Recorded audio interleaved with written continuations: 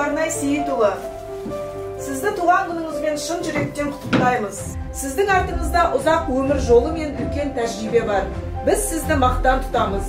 Сізге зор денсаулық, өміріңіздегі әрбір күн сізге үйдегі жайлылық, отбасының махаббаты мен қамқорлығын берсін.